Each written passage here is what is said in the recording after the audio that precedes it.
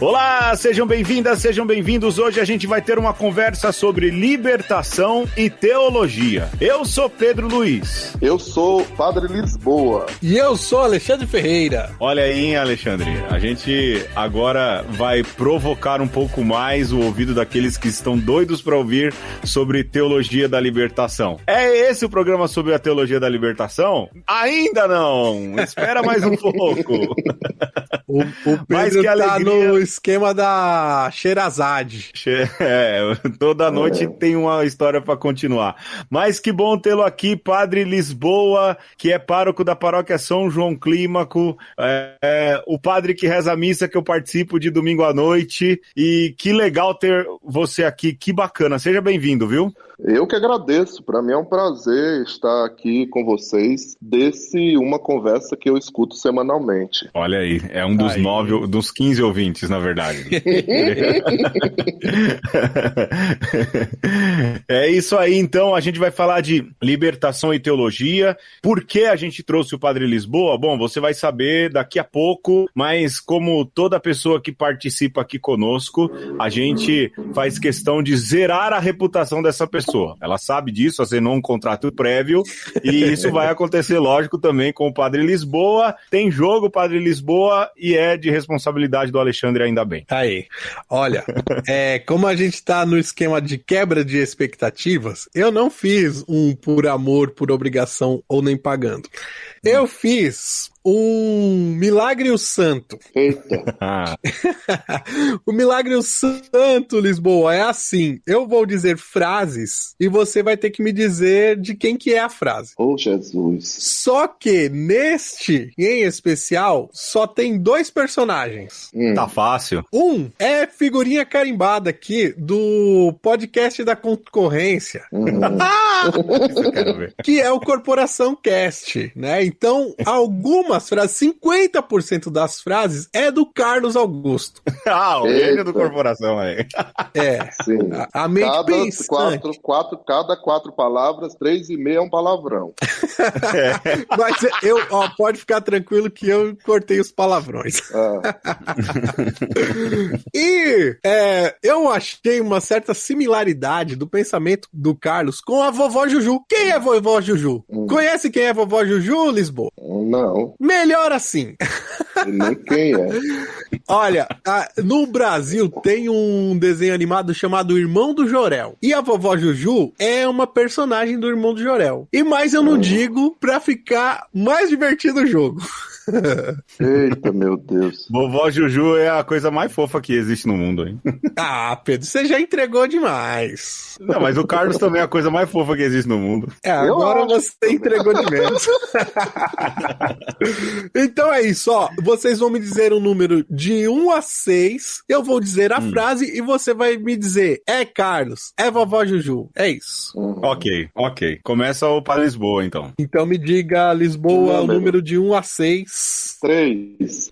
Número 3. A frase é a seguinte: mingau de aveia faz bem pro intestino e ajuda a fazer cocô bonito. A vovó Juju. Certa resposta! Eu também acho que o Carlos não tem esse refinamento gastronômico de comer mingau de aveia. Nem podendo. Ai. Abraço, Carlos. A orelha tá queimando. Vai, Pedro, você agora. Eu escolho 6. 6.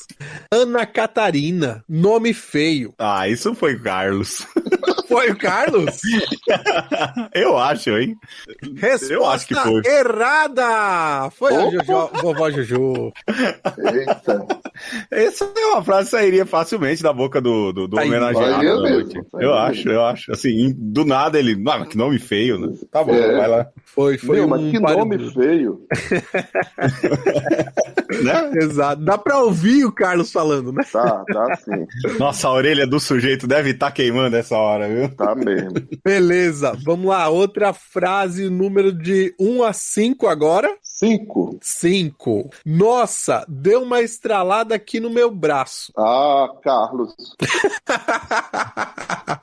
Certa resposta. Isso aí tá fácil, isso aí foi fácil. Ah. 2-0, hein? 2-0 pro Lisboa, eu vou de frase 1, vai. Mas deu uma estralada no braço, podia ser uma senhora geriatra que falou, mas não, foi o Carlos mesmo.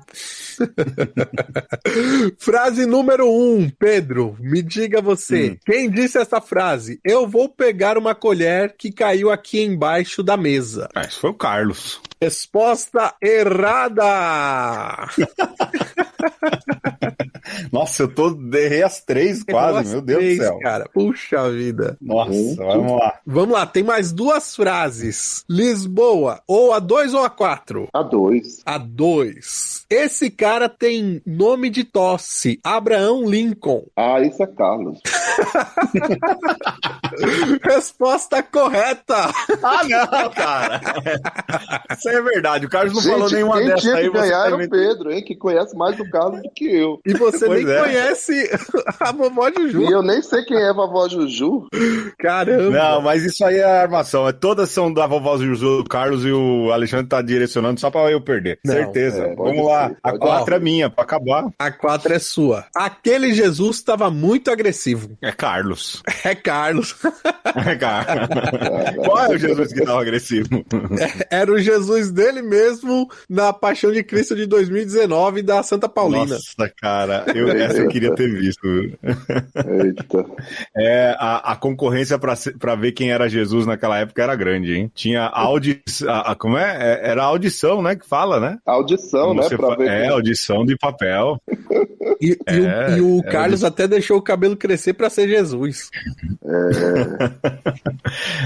Eu conheci o Carlos. O Carlos era um menino da floresta. Meu Deus do céu. Agora tá até civilizado. Vamos pro tema! Vamos pro tema.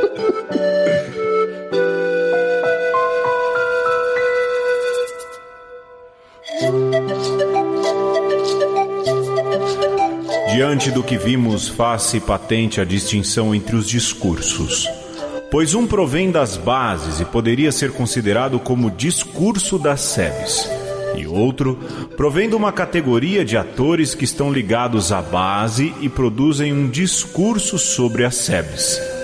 Mesmo assim, dentro de cada grupo não dá para prescindir do fato de que as linhas de reflexões têm certa diacronia e algumas vezes parecem ser até antagônicas, o que referenda ao problema da diferença.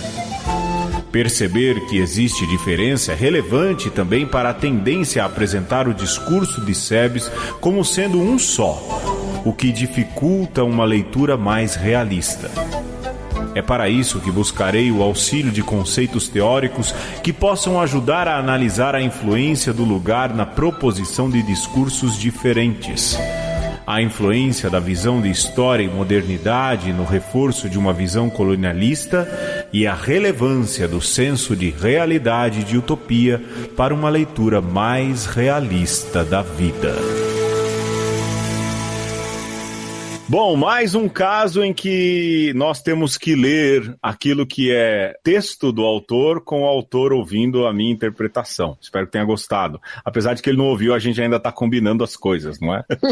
E não, a gente tem que revelar também ou virar os bastidores. Ou virar. E vai ficar bom, tenha certeza. Vou colocar uma trilha sonora bonita, vou caprichar na voz, não é? Mas que bom tê-lo aqui, Padre Lisboa. Mas diga aí para quem nunca te ouviu, quem é você, padre? Então, eu sou um maranhense do sul do Maranhão que estudou... Abraço Flávio Dino, hein? Flávio Dino. Estudou no Maranhão, mas também estudou no Rio Grande do Sul, estudou aqui em São Paulo. Eu, agora em julho, completo 25 anos de padre. Fui ordenado lá no Maranhão, trabalhei 8 anos lá e depois eu vim para cá, para São Paulo, para fazer o mestrado, fiz o mestrado, o doutorado e e fiquei por aqui. Não só porque não é porque eu queria sair do Maranhão, simplesmente, mas por causa da própria atividade de pesquisa e pela identificação com o ambiente urbano. Agora eu trabalho aqui na Paróquia São João Clímaco e também ensino teologia na PUC e no Unisal, nas faculdades de teologia desses dois lugares. Olha aí, por um acaso foi o leitor e avaliador também da minha sofrida dissertação de mestrado, que saiu, foi o parto. Uma leitura prazerosa. Olha aí, depois eu mando um trocado, obrigado. Ô Lisboa, você chegou a conhecer Dom Franco Macedotti? Eu fui o primeiro padre ordenado por ele. É mesmo, cara? Ele trabalhou aí na sua terra, aí no Parque Santa Madalena, né? Sim. Ele, quando padre, viveu um período como formador dos combonianos, missionários combonianos, e chegou a atuar ali na antiga igreja, que já não existe mais, foi derrubada, construída outra, né? Ali. Sim. Então, ele depois ele já tinha sido missionário lá e foi bispo, ordenado bispo. O primeiro padre que ele ordenou fui eu. 10 anos depois, ele sofreu um acidente, foi atropelado, estava andando de bicicleta na BR e um pastor adventista, por pura coincidência, o atropelou. Ele morreu na hora. Conheci muito. Ele me conheceu criança. Olha só. Foi quem me ordenou padre. Eu fui o primeiro. Eu tenho a lembrança, assim, de um homem simples, sabe? De um padre mesmo desse que anima a vida da comunidade. Eu não o conheci quando ele passou no Madalena, né? Uhum. Mas o conheci já bispo, passando por lá e, nossa... Quando eu fiquei sabendo da morte dele, pra mim foi algo bem estarrecedor mesmo. Assim. Foi chocante. Chocante mesmo. Era um grande missionário mesmo, era muito próximo do povo e era sociólogo, doutor em sociologia, tinha sido dos Vermelhos lá de Trento na época da faculdade e aqui no Brasil trabalhou sempre na periferia. Eu acho que a gente poderia enveredar por aí, não é? Porque eu não sei a sua experiência eclesial primeira, com um bispo que aí trabalhou nas periferias, não é? Da metrópole, pertenceu aí a um jeito eclesial bem diferente, não é? Foi bispo, mas pertenceu a um jeito eclesial bem diferente, que provavelmente imprimiu isso também na diocese. Qual sua relação, então, com esse ambiente, não é? Eclesial de teologia da libertação? Olha, eu sou de uma família tradicionalmente católica, no sentido mais extensivo que se possa considerar. Ou no sentido de que a casa é a continuidade da igreja, ou no sentido de que a igreja é a continuidade da casa, como conversaram no podcast anterior, né? Então, eu estou nisso. Tanto é que quando as pessoas falam, hoje em dia é muito comum haver testemunho de chamamento vocacional, eu sempre brinquei quanto a isso, dizendo, olha, não me peça para dar testemunho, porque a minha vocação, meu chamado é a coisa mais sem graça que você vai ouvir na face da terra. Porque eu não estava perdido na prostituição, não usava droga, então eu estava na igreja, eu era filho de catequista, a minha avó era do apostolado da oração, a minha família nunca houve uma discussão acerca do ir ou não ir à igreja, era algo absolutamente normal. Só que esse ambiente absolutamente normal que eu vivi já era habitado pelos missionários combonianos do Coração de Jesus, que é uma congregação que surgiu direcionada inicialmente para a África, que depois se estendeu para os outros continentes e chegou no Brasil. Então, assim, eu venho de um ambiente onde o espírito comunitário, a experiência de eclesialidade de base já era uma tônica.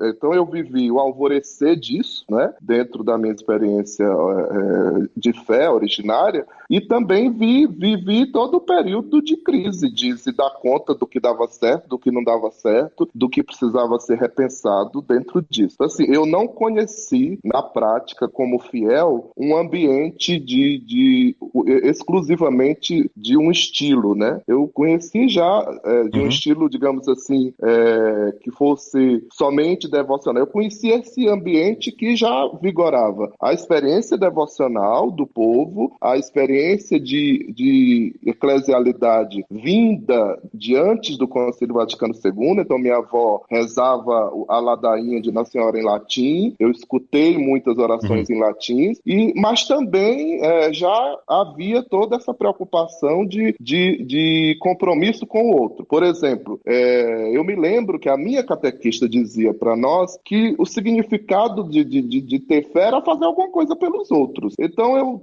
eu escutava isso e eu pensava, mas o que eu posso fazer pelos outros? Eu tinha 7 anos de idade. Aí eu digo, eu sei ler, então eu vou fazer. Eu descobri na minha rua que tinha uma velhinha, descobri não, eu já sabia, né, Dona Neném, que vivia lá prostrada sozinha, e eu dizia, Dona Neném, eu vou lhe dar uma coisa que eu tenho, o quê? Eu sei ler, eu vou ler a Bíblia para a senhora. Então eu chegava lá e ia ler a Bíblia para Dona Neném. Se Dona Neném estava a fim de ouvir a Bíblia ou não, para mim pouco importava. Eu sabia Deixa eu me salvar. Eu sabia que ela era cega, não lia e estava sozinha. E disseram para mim que ser cristão era fazer alguma coisa pelos outros. Eu tinha que fazer. Então, assim, eu vivi nesse ambiente, né? Sim, mas veja, esse também não é... Porque, assim, não é muito diferente daquilo que eu vivi na minha comunidade e creio que o Alexandre também, não é? Porque há uma imagem que às vezes se passa, né, de que a teologia da libertação ela é iconoclasta. E tem gente ligada, eu lembro de ouvir de alguém assim uma vez, olha, mas eu preciso atender alguém do apostolado da oração, e essa pessoa ligada mais ao jeito da teologia da libertação falou, mas ainda estão com isso, não é? Bravo, porque ainda existe, eu acho que é mais um discurso de liderança ou da turma meio acadêmica, a gente vai chegar nessa questão mais pra frente, mas pelo que eu me lembro, o ambiente da minha paróquia, não é? Da minha comunidade paroquial de origem, era esse também. Você tinha ali, glória, somos livres, liberdade, Jesus ressuscitou nossa verdade, não é? Pai Nosso dos Mártires, mas, por exemplo, eu digo da minha mãe. Minha mãe era da Legião de Maria, Salve Maria, e toda aquela coisa triunfal que é a própria Legião de Maria, quando existem aquelas grandes reuniões e tudo mais.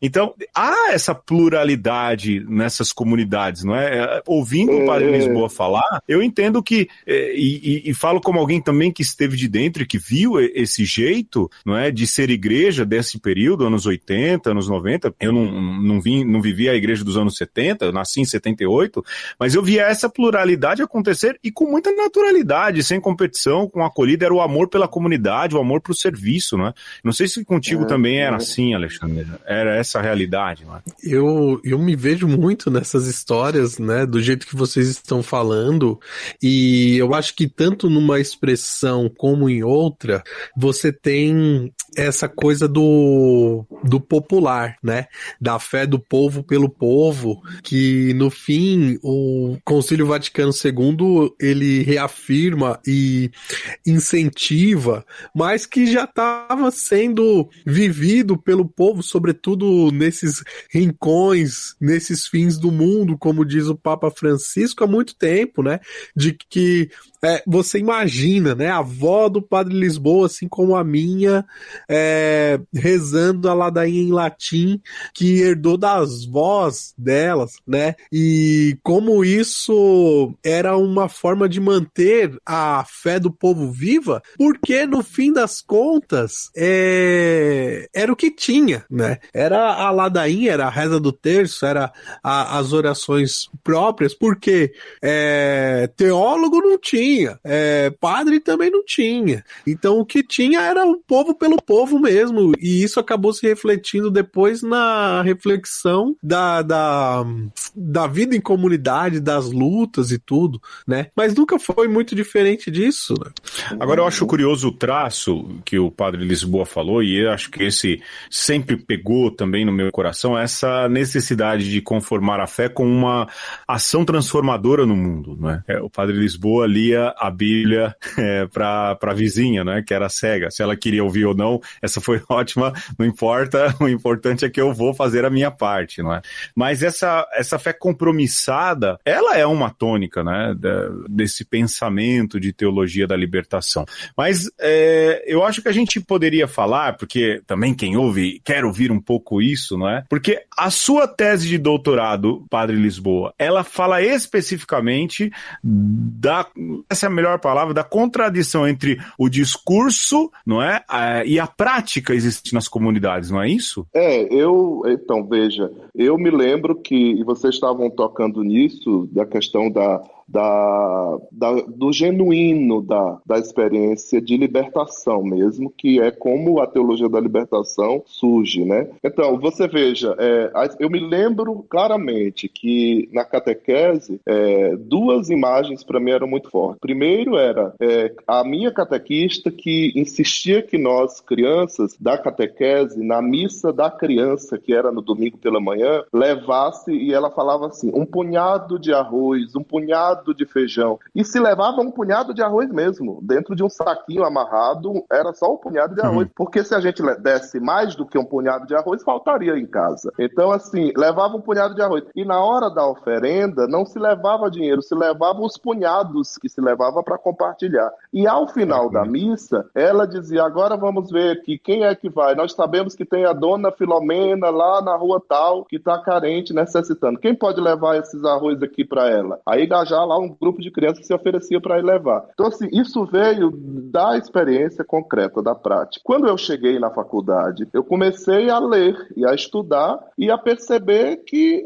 nem sempre o que eu lia era tão perfeito como o que a gente tinha vivido naquela experiência de base, porque quando a catequista dizia quem quer levar, tinha criança que não estava afim de levar, entendeu? Que queria mais era ir para casa, porque não estava nem afim de estar ali também. E tinha aquelas que eram entusiasmadas em ir. Então, assim, não é sempre tudo redondo e perfeito como os livros mostravam. Então, eu me perguntava sempre isso. Tem alguma coisa estranha aqui, porque isso que estão dizendo que é comunidade eclesial de base não é tudo que eu experimentei no concreto de uma comunidade eclesial de base, que é onde eu nasci. Então, eu fui atrás disso. E aí, eu encontrei material que falava sobre as comunidades eclesiais de base, e aí eram estudiosos, teólogos, eram os ilustrados que falavam, e havia também material que, por um tempo, todas as vezes que havia o encontro intereclesial de SEBs, que é um encontro que acontece de tempo em tempo, onde reúnem delegados das comunidades eclesiais de base, num dado momento eles formavam a fila do povo. E nessa fila do povo acontecia de tudo. Eu me lembro que eu participei do 8º Intereclesial em Santa Maria, no Rio Grande do Sul. Eu estava no primeiro ano de teologia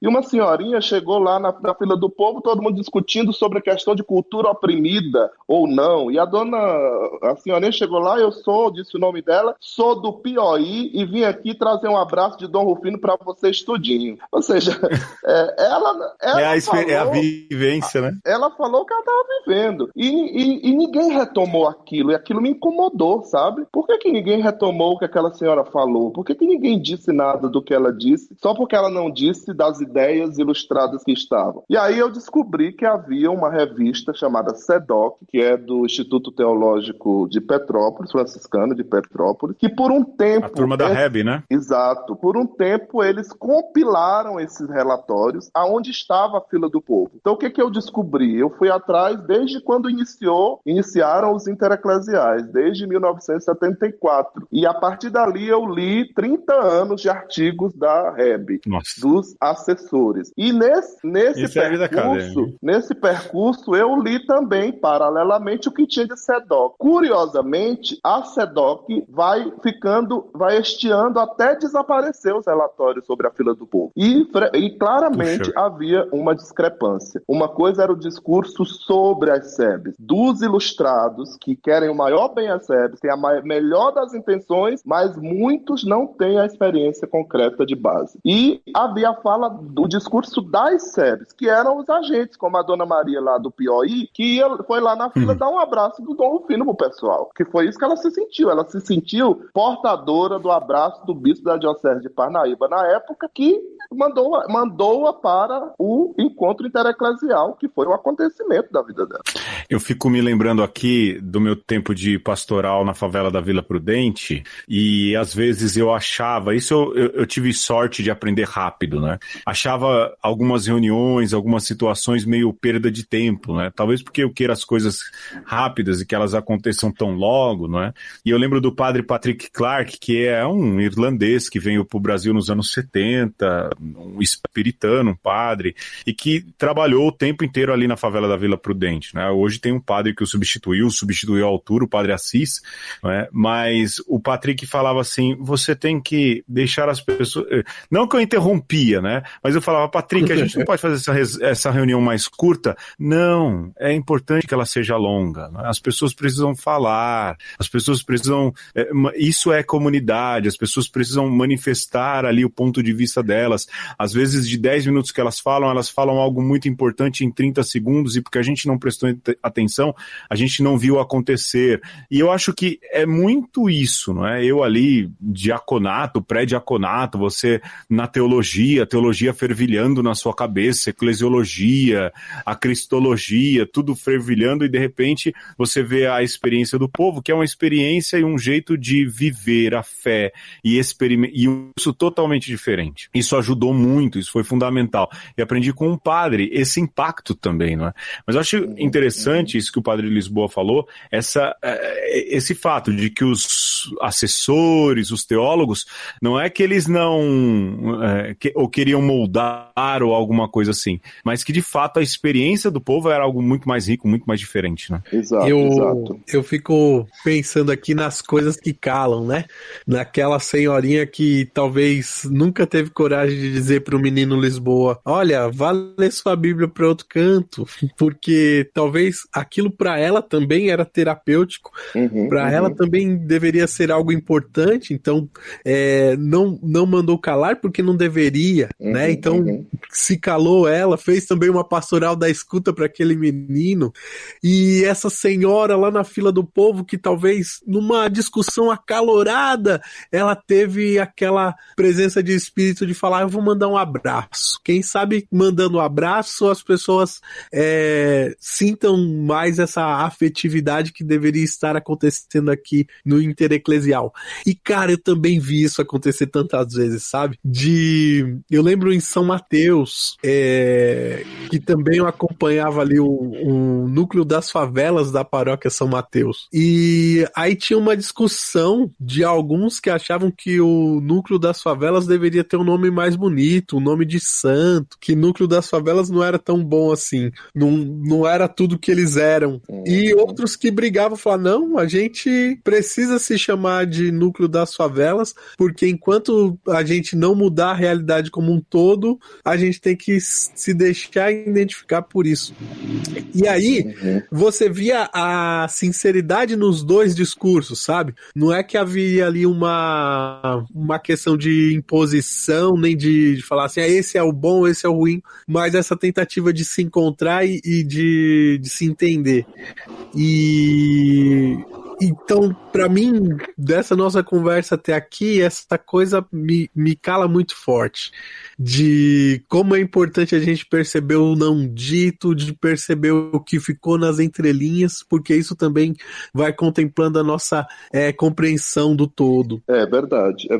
Eu me lembro, agora o Alexandre falando, me lembrei de uma parte na minha pesquisa onde eu recorro a um culturalista chamado Homi Bhabha, que ele fala disso, né? Ele diz, é preciso prestar atenção num terceiro espaço, que é aquilo que é não dito, que é não sentenciado, né? Então, assim, o que nem sempre a gente presta atenção ao que não está na sentença. A gente está muito bitolado ao que é sentenciado, ao que é dito, né? E muitas vezes é justamente, por exemplo, esse fato agora, que o Alexandre traz à tona, ele faz a hermenêutica da minha primeira tarefa como catequizando e mostrando que eu estava me sentindo evangelizador e aquela mulher, a dona Neném, já me evangelizava na escuta quando ela me escutava, mesmo que talvez em algum momento ela não tivesse tanta vontade de escutar, mas ela me ensinou a escutar me ouvindo, né?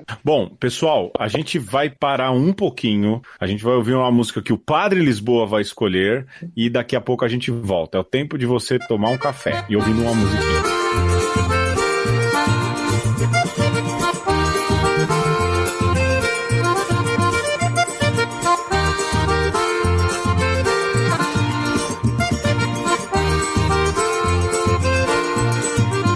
Somos gente nova vivendo a união, somos povo semente de nova nação, yeah, yeah. Somos gente nova vivendo o amor, somos comunidade, povo do Senhor, yeah, yeah. Somos gente nova vivendo a união, somos povo semente de nova nação, yeah, yeah. Somos gente nova vivendo o amor, somos comunidade, povo do Senhor, yeah, yeah.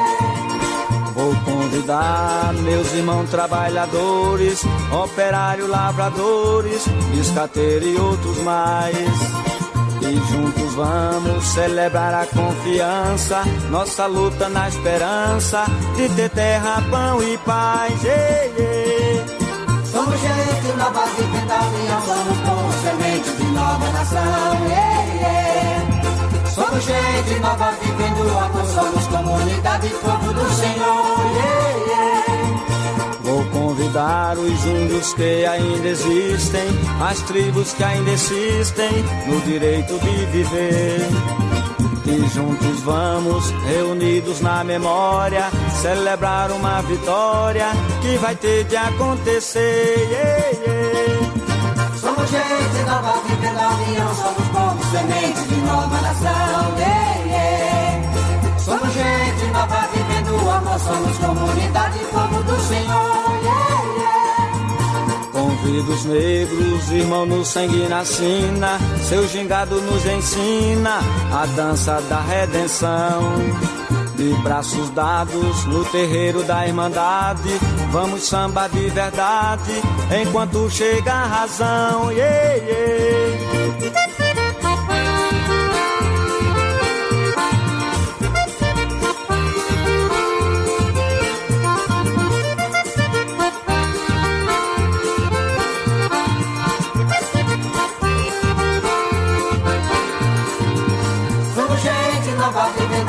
Somos povo semente de nova nação, yeah, yeah. Somos gente nova vivendo o amor, somos comunidade, povo do Senhor, yeah, yeah. Vou convidar Conceição e Ana Maria, a mulher que noite e dia luta e faz nascer o amor. E reunidos no altar da liberdade, vamos cantar a verdade, vamos pisar sobre a dor, yeah, yeah. Somos gente nova vivendo a união, somos povo semente de nova nação, yeah, yeah. Somos gente nova vivendo o amor, somos comunidade, povo do Senhor, yeah, yeah. Vou convidar criançada e juventude, tocadores me ajudem, vamos cantar por aí. O nosso canto vai encher todo o país, velho vai dançar feliz, quem chorou vai ter que rir, yeah, yeah. Somos gente nova vivendo a união, somos povo semente de nova nação, yeah, yeah. Somos gente nova vivendo o amor, somos comunidade, povo do Senhor, yeah, yeah. Desempregados, pescadores desprezados e os marginalizados, venham todos se ajuntar. A nossa marcha para a nova sociedade, quem nos ama de verdade pode vir, tem um lugar, yeah, yeah. Somos gente nova vivendo a união, somos povo semente de nova nação, yeah, yeah. Somos gente nova vivendo o amor, somos comunidade, povo do Senhor, yeah, yeah. Somos gente nova vivendo a união, somos povo semente de nova nação, yeah, yeah. Somos gente nova vivendo o amor, somos comunidade, povo do Senhor, yeah, yeah. Somos gente nova vivendo a união, somos povo semente de nova nação, yeah, yeah. E no episódio de hoje nós estamos falando sobre libertação, sobre teologia, sobre vida. E nós estamos com o padre Antônio Lisboa, que é um amigo nosso de longa data, né, Pedro? E nos acolheu no ministério quando estávamos lá começando na região episcopal Ipiranga e continua nosso amigo aí, nos prestigia ouvindo. É patrão, é patrão. É patrão, esse podcast doido aqui. E aí, o padre Lisboa manja um pouquinho desse negócio de teologia aí. E tá nos ajudando a entender também, né? E a gente já falou bastante aí de como às vezes a teologia não bate muito bem com a prática, mas eu acho que pra gente ver se bate ou não bate, talvez, Pedro, Lisboa, vocês me ajudem aí. Nós podemos passar por alguns pontos que existem em todas as teologias e ver como é que isso se encaixa aí na teologia latino-americana, na teologia da libertação e coisa e tal e coisa. Olha, eu vou partir de um princípio de uma conversa que eu tive com o Alexandre esses dias, não é? Eu acho que o padre Lisboa também vai concordar bastante, que é o fato de que às vezes a gente esquece, não na comunidade eclesial, né, sendo padre ou sendo leigo, como se está em contato com as pessoas, a gente lembra das pessoas. Mas há um risco de muitas vezes planos, planejamentos, teorias, não é, formulações teológicas ficarem muito bonitas, mas esquecerem exatamente daquilo que o padre Lisboa falou lá no começo do Intereclesial lá no Rio Grande do Sul, que são as pessoas, não é? Enquanto todo mundo falava de alguma coisa, a mulher lá do Piauí falou, eu vim trazer um abraço, e é isso que eu vim oferecer a vocês. Talvez a gente precisasse se lembrar de que a teologia de libertação, a experiência de libertação da teologia, que a gente já falou num programa lá atrás, falando da experiência do Êxodo, ela passa pela experiência do sujeito, das pessoas, não é?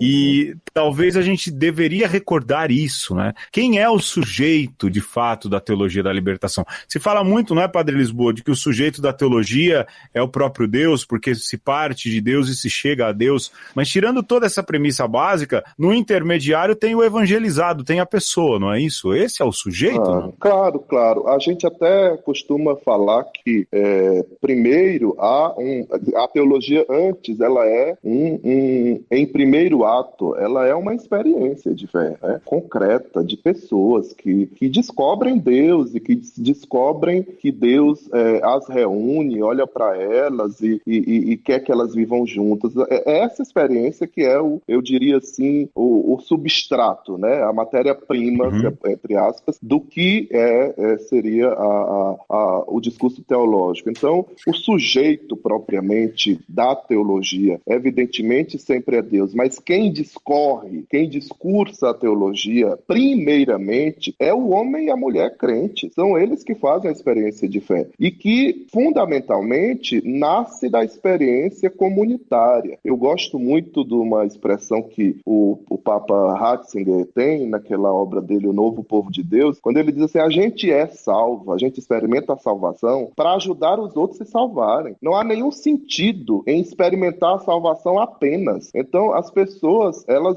descobrem Deus, encontram Deus e sentem-se amadas por Ele e alvos do seu amor salvador e se envolvem num empenho de querer salvar os outros. Então, quem é mesmo o sujeito, digamos assim, da teologia da libertação, ou das teologias da libertação, ou dos cristianismos de libertação, eu até prefiro essa última terminologia, é justamente o povo que sente que sem o Deus que ele descobriu, ele não tem autonomia, ele não tem dignidade. Quando ele descobre Deus descobrindo que ele pode falar, descobrindo que ele consegue falar, que ele tem direito de falar e de ouvir, e que ele pode fazer isso com outros, e é no grupo. Então, os sujeitos são sempre as pessoas que se envolvem com esse movimento, né? O que estão lá, né? É muito legal isso, porque é uma novidade profundidade, se você pensar em termos de construção intelectual, né? De construção de discurso, porque por muito tempo, né, pelo menos quando a gente começa nas vias acadêmicas, parece que se não é referência bibliográfica há mais de 50 anos, não serve para você citar, né? E aí, Lisboa, quando você vai falando, me parece que, por exemplo, o cara que fez uma experiência de fé numa igreja neopentecostal na periferia e sai gritando no metrô, né, para falar para as pessoas, olha, se convertam e tal. Para mim, uma forma é também um sujeito de teologia de libertação, né? Claro. Porque ele descobriu o amor de Deus, se deixou totalmente se embrenhar por esse amor e aí vai falar e talvez nem formule isso bem, isso nem vai ficar registrado, mas de alguma maneira a teologia está passando por aí também. Isso é muito rico se você pensar em termos de experiência, né, daquilo que é o cristianismo. Sim, às vezes vai acontecendo por exemplo, eu me lembro de uma senhora que quando a gente falava que Javé veio libertar, aí a gente falando isso e ela dizia, agora eu entendi o que significa Javé, mas o que significa, Dona Rosa? Ela disse, Javé já veio para ficar perto da gente. Então, quer dizer, há uma densidade teológica na fala dessa senhora. Se eu não me atentar para isso, eu estou vilipendiando o discurso teológico. Eu não estou sendo fiel ao discurso teológico, que é o discurso que nasce da experiência de fé. Quando eu trabalho com a ilustração da fé, eu trabalho com hermenêuticas, com interpretações. Não que elas não sejam importantes, mas eu prescindo da base. Tanto é que o grave problema das igrejas, seja a Igreja Católica ou as demais igrejas cristãs, é justamente o descolamento da base. Quando a pessoa perde a referência, tanto que às vezes o pessoal diz assim, mas você é uma pessoa tradicional? Claro, sem dúvida. Se eu não fosse tradicional, eu não seria católico. Eu sou tradicional porque eu acedo à tradição.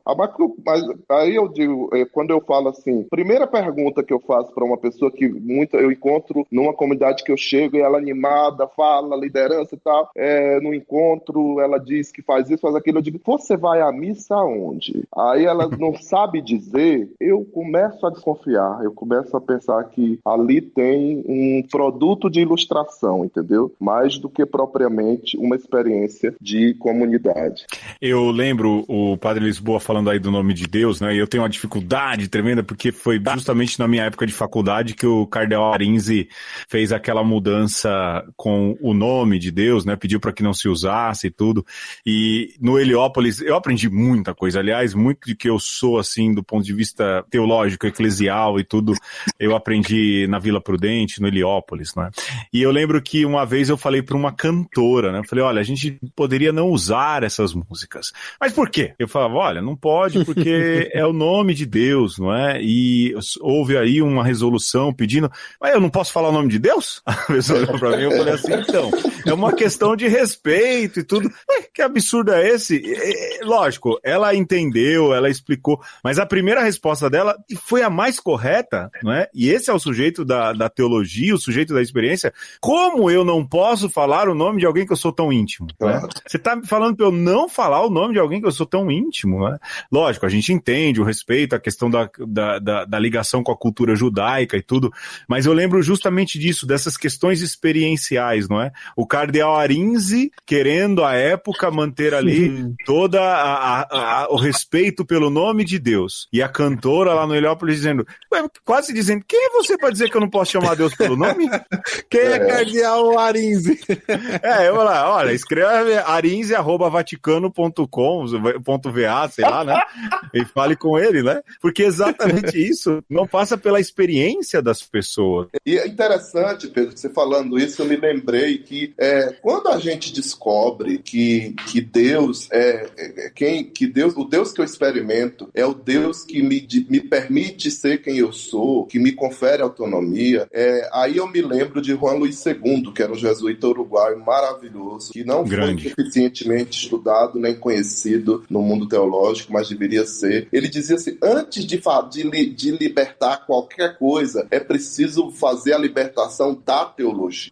Em que sentido? Quer dizer, justamente disso. Porque quando a gente vai falando, a gente vai sofisticando o discurso. E à medida que a gente sofistica o discurso, se não houver um reposicionamento da base sempre, isto é, voltar à experiência originária sempre que puder, a gente corre o risco de ter uma experiência de fé submetida ao discurso teológico. E aí eu acho que nesse sentido ela não ocasiona libertação nenhuma, ao contrário, ela reproduz, aí vamos lembrar de Paulo Freire, ela faz com que haja uma replicação da opressão. Ao invés de você cortar o cobertor para cobrir o corpo, é cortar o corpo para ficar dentro do cobertor. Exatamente. E assim, a gente falou sobre essa questão do sujeito, não é? E a gente mostrou aí a experiência, né? A teologia é curioso, porque na Argentina aquilo que nós chamamos de teologia da libertação virou teologia do povo, não é isso, Padre Lisboa? É um recorte, né?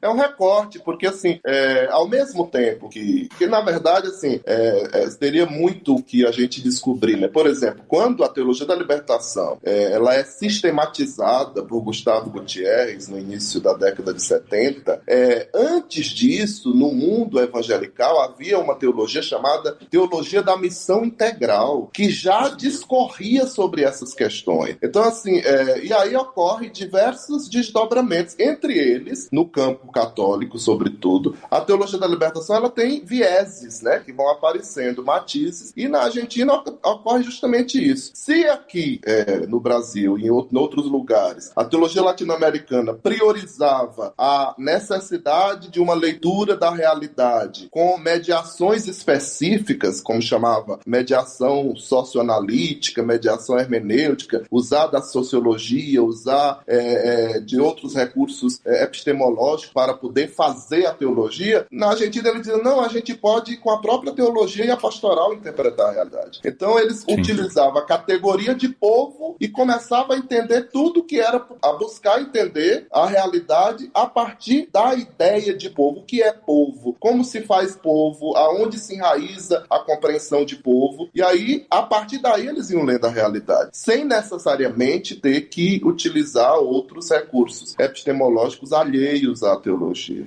No fim, identificava-se o lugar que era a vida do mais simples, a vida do povão, vamos assim dizer, mas ao mesmo tempo tinha essa separação talvez de nomenclatura, mas que caminhava mais ou menos em paralelo, não é? Porque eu fico pensando aqui, Medellín, não é? A conferência de Medellín, que fala dos problemas das injustiças, quando fala de paz e de justiça, não é? Aliás, quando ela fala do capítulo da paz, ela fala de injustiças sociais e diz, olha, onde não há justiça social acontecendo, o povo não tem paz. E aí vai elencando todas as dores, todas as dificuldades, não é? E é importante para a gente entender teologia da libertação, entender a preparação de Medellín, entender Paulo VI também, Populorum Progresso e tudo. Eu acho que no fim, talvez a Argentina tenha feito um caminho diferente, mas com sapatos iguais, não sei se essa é a melhor analogia, né? Ou talvez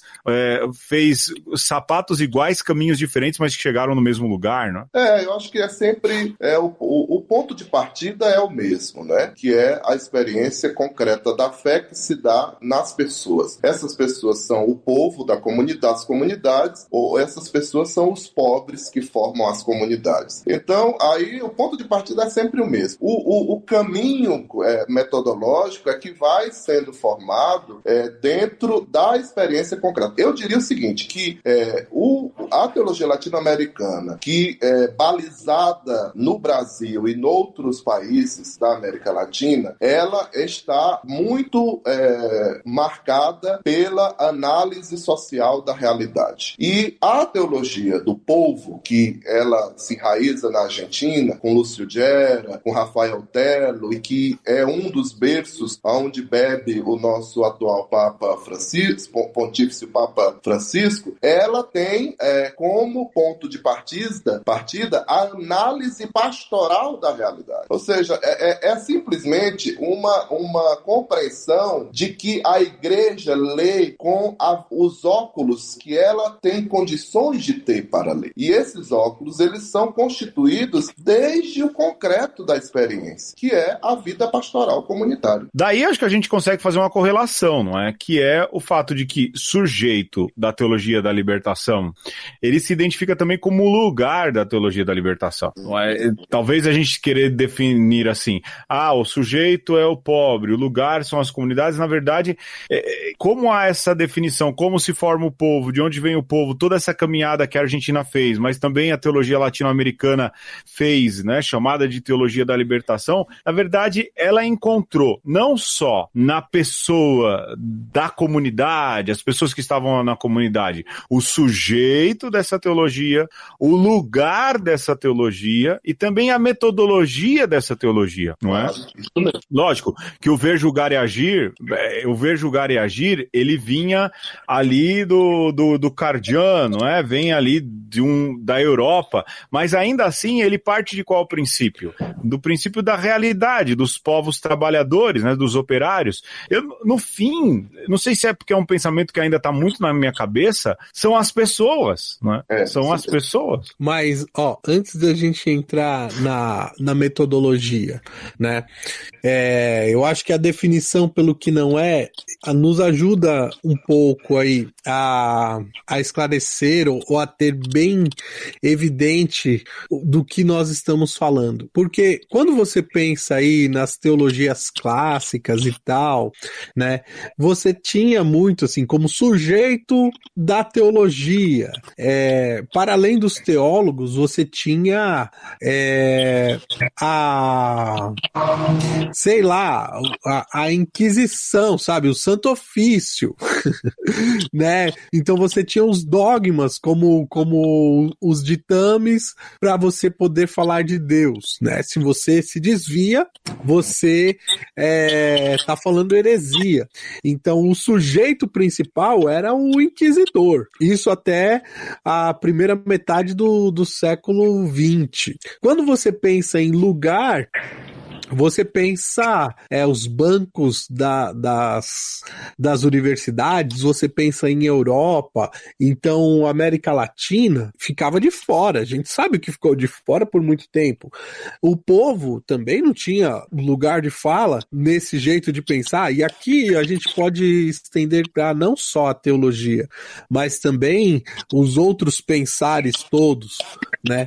Então, a novidade como o Pedro está lembrando, que agora o pobre é o sujeito e o lugar. Nós poderíamos dizer que é até, de certa maneira, também o objeto da teologia. E é um objeto também porque a gente consegue hoje enxergar muito claramente que Deus se fez pobre.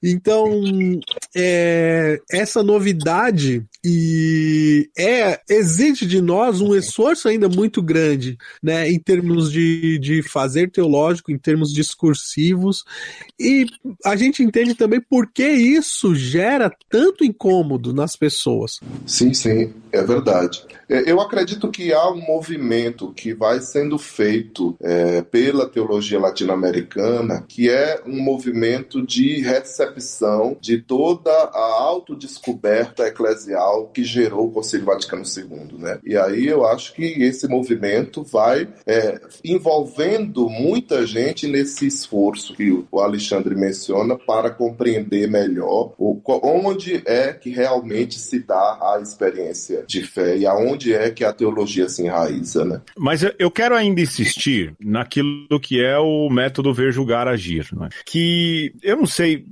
eu estudei isso também um pouco, não é? Mas o quanto ele ocorre de maneira muito natural naquilo que é a teologia o método da teologia da libertação, ou como se monta a pastoral nas comunidades, não é? Nas comunidades que passaram por essa realidade. Eu não sei se vocês viveram isso, mas eu consegui ver isso assim de maneira muito presente em realidades eclesiais diferentes. Eu passei, por exemplo, eu intercalei, não é? Entre favela e centro, depois favela e depois centro de novo. E uma coisa que eu reparei nas comunidades mais simples é a capacidade quase que intuitiva de se organizar, de pensar, de fazer a coisa funcionar do ponto de vista pastoral. É quase que um ver, julgar e agir que está internalizado. Em compensação, em outras realidades, aquilo que para mim parecia ser matéria dada, vamos assim dizer, eu via que as pessoas tinham muita dificuldade de entender, de pôr em prática, de entender, falar, mas isso aqui é assim, tá, mas como é que a gente chega nesse outro passo? Quase que você tem que ensinar, não é? A gente não percebe, ou talvez a gente perceba e deixe de lado o quão bem o método ver, julgar e agir, que foi lançado mão por João 23, Paulo VI, também a Igreja Latino-Americana, não é? O mundo hoje usa o método, Jesus usou, mas quem usou mais ali, não é? As comunidades se lançaram mão, o quanto elas são craques em método, em fazer as coisas acontecerem. É correta essa percepção, Padre Lisboa? Você também percebeu isso na sua caminhada? Ou é um preciosismo meu? Eu também. Eu acho o seguinte, que no fundo há um elemento que eu diria que é a alma do método Ver, Julgar e Agir, que é o princípio de interação, fé e vida. Esse princípio é o que na verdade, a nervura do método Ver, Julgar e Agir. Então, quando chega para as comunidades, a experiência da leitura da realidade na qual a comunidade se encontra, utilizando esse método, ele encontra lugar porque o que mais as pessoas estão querendo é ver como é que dá para misturar a fé com a vida. Porque a hora que mistura a fé com a vida é a hora que elas entendem que tem sentido o crer dela no viver dela cotidiano. E que o viver dela tem sentido no crer cotidiano. Então eu acho que esse princípio de interação, fé e vida, que é a nervura do método Ver, Julgar e Agir, ele é como se ele tivesse encontrado eco na realidade das comunidades e, sobretudo, das comunidades latino-americanas com esse movimento das teologias latino-americanas. Eu acho interessante isso que o Padre Lisboa falou, do misturar fé e vida. Não impor a fé na vida e também não transformar a vida de fé numa imposição do mundo, mas essa mistura. Eu acho que isso é primordial e às vezes a gente esquece disso, não é? A gente quer uma supremacia da fé sobre a vida, quase que se desligando do fato de que a gente tem vida cotidiana e que a gente não lidar com anjos, a gente lidar com pessoas, com dificuldades, com presidentes mal eleitos, não é? Realidades assim que cobram de nós, mas a gente tem que entender que é uma mistura de fé e vida, não é? Da mesma maneira que Jesus é a união de duas realidades, né? A humana e a divina. A gente deveria olhar para isso. E, de novo, eu repito, não é? Essas comunidades, elas conseguem fazer isso com os pés nas costas, não é?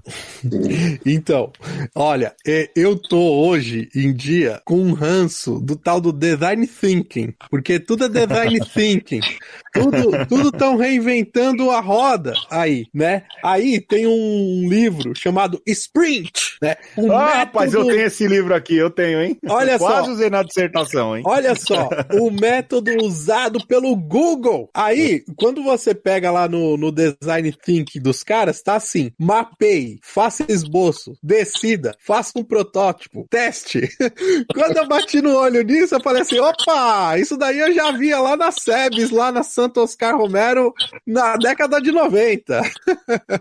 Entendeu? É o ver, julgar e agir, em vez de desmembrado em 3 etapas, em 5. Mas o que cola de fato na realidade é esse não se desgarrar daquilo que é a vida das pessoas, né? E como isso as comunidades E a vida na paróquia, nos pequenos grupos, isso nos ajuda, né? A perceber. Porque quando você tá num ambiente que, de fato, você tem liberdade, que é ali dos irmãos, quando a coisa começa a enrolar muito, alguém já fala assim, não, pera, isso daí, você tá esquecendo disso. Então, esse colar o fé com a vida e colar a teoria com a prática, para mim, ele é muito claro e muito eficaz na vida do povo de Deus, porque é exatamente esse cobrar para que as coisas não se desgarrem, não desapartem, porque quando desaparta, aí vai perdendo sentido e a gente vai deixando de lado naturalmente. Olha, gente, tá bom, mas de novo, o chato de interromper sou eu e a gente tem que terminar. Lógico, Padre Lisboa, a gente planeja falar um monte de coisas, mas nunca vai do jeito que a gente planeja. E esse é o instinto, e esse é o jeito do programa, e agora fica aí do jeito que você ficou, mas a gente queria agradecer muito, muito mesmo a participação. Tenho certeza que ajudou muito a montar um pouco mais o quebra-cabeça de muita gente que procura a gente querendo saber mais sobre a teologia da libertação, e a gente fala, tenha calma, né? A gente vai montando esse quebra-cabeça pouco a pouco, e hoje o senhor colocou mais uma peça importante, tenha certeza disso, e eu agradeço muito, mas muito mesmo esse tempo que gastou aqui com a gente. Valeu! Eu que agradeço, para mim valeu muito, espero ter colaborado aí com essa reflexão, colocado mais uma lenhazinha nessa fogueira. Eu só tenho que agradecer também o Lisboa pela amizade de sempre, por nos ajudar, né, a rezar, a manter os pés no chão, a tocar lá a paróquia São João Clímaco, e a gente vê toda aquela vitalidade na vida eclesial e como isso nos faz bem, né? E para você que nos ouve, que ficou com dúvida, que acha que a gente precisa falar de mais alguma coisa referente a este tópico e a outros, não esqueçam o nosso e-mail, conversaconosco@gmail.com. A gente tá lendo, viu, pessoal? Tem um pouco de paciência que a gente responde na hora certa. E, aliás, a coisa mais bacana, e aqui eu paro mesmo, que eu vi o ano passado ser feito, assim, de evangelização virtual, foi um vídeo que os jovens, junto com o Padre Lisboa, fizeram e que continua atualíssimo no Brasil de 2021, que foi a versão Eu Só Peço a Deus. Continua atual. Aliás, poderia relançar aí nas mídias sociais, porque foi uma das coisas mais bonitas, mais tocantes, mais honestas, de coração mais sincera e bonito, melhor dizendo, e que continua atual. Podia repassar agora que ainda tá valendo, viu? Obrigado, Padre Lisboa e a turma da São João Clímaco. Eu fico por aqui, é isso, um beijo. Um abraço pra vocês, Alexandre, Pedro e toda a galera do Uma Conversa. E um aperto de mão libertário. Aê, eu sou feliz na comunidade. Vai, Renatinho Braga.